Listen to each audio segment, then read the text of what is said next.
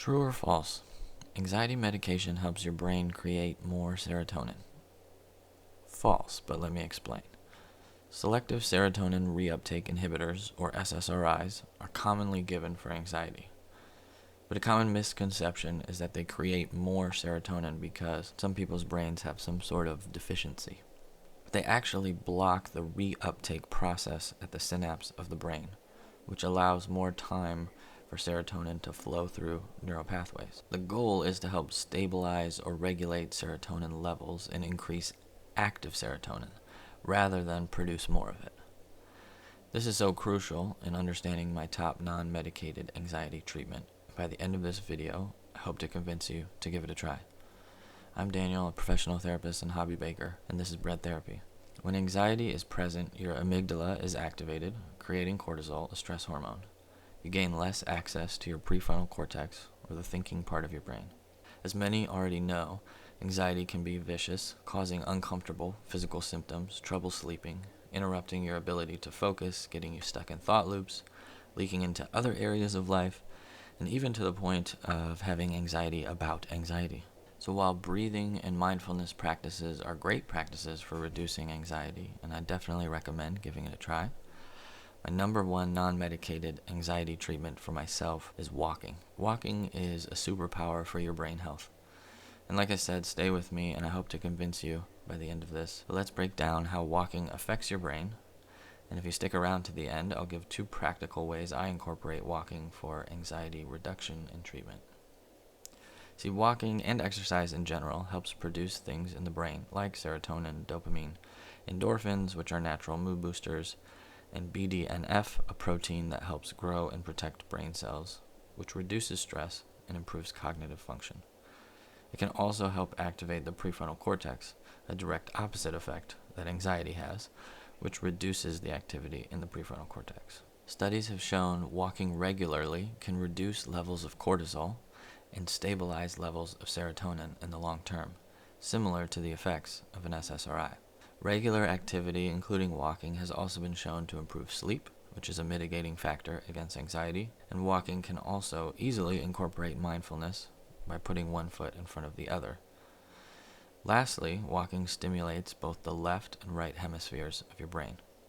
The left side of your brain controls the right side of your body, and the right side of your brain controls the left side of your body. Bilateral stimulation allows each hemisphere, right and left, to be active, which is helpful in making sense of your stressors. So your right hemisphere is more responsible for processing emotions and feelings, and your left hemisphere is more responsible for processing through logical thinking. When we encounter stressors in life, we want to be somewhere in the middle. If we're stuck too much in our right brain, we can be overwhelmed by the emotion. And if we get stuck too much in the left brain, we might try to logicalize our way around the anxiety without really acknowledging the emotions behind our stress, thus giving some temporary relief until it strikes up again. That is why both hemispheres are helpful, and we want to have both incorporated in our processing. And so bilateral stimulation is used at times in therapy for reprocessing memories, but it's also helpful in allowing us to think about problems with the logical and emotional brain online. So with all that in mind, let's talk about practicals of incorporating walking into your anxiety care. A practice I have done I call walking out anxiety. Essentially, if there are things that you can point to, specific stressors, I would go for a walk and allow myself to think about it. Now, you can't bring any headphones or music, but I allow myself to think about the thing or things that I might feel stressed or anxious about. Knowing that my brain is working to incorporate both sides, I allow my logical brain and emotional brain to process through the stressors together. Now, in some cases, the stressor is not something I can solve or resolve, and so going for the walk is also symbolic of allowing myself time to think about it and feel it. But when I return, this finishes the time I attempt to think about it and feel it. And so for me, walking the dog is when it might happen, and putting away the leash feels the same as putting away the anxiety for now. It isn't always that clean, but it's a helpful practice. For persistent anxiety without any specific stressor, I think walking and allowing yourself to feel even a portion of the anxiety, let's say 30% or whatever is not overwhelming, will then allow you to create that time to experience it, and also allow your brain to do that work in the background. The second practical way for all the brain benefits might be to include intervals to your walking.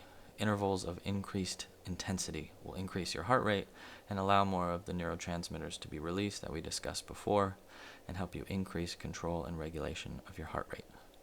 Interval walking could look like walking a normal pace for 2 minutes and walking at a faster pace for 2 minutes. It can also be achieved through hiking, depending on where you live and access to trails. Hiking is beneficial due to all the benefits from walking, but also time in nature has been shown to decrease anxiety and improve overall mood. So there you have it. My challenge for you is take a walk, buddy. If you'd like to learn more about specific strategies to manage specific emotions, watch this video here.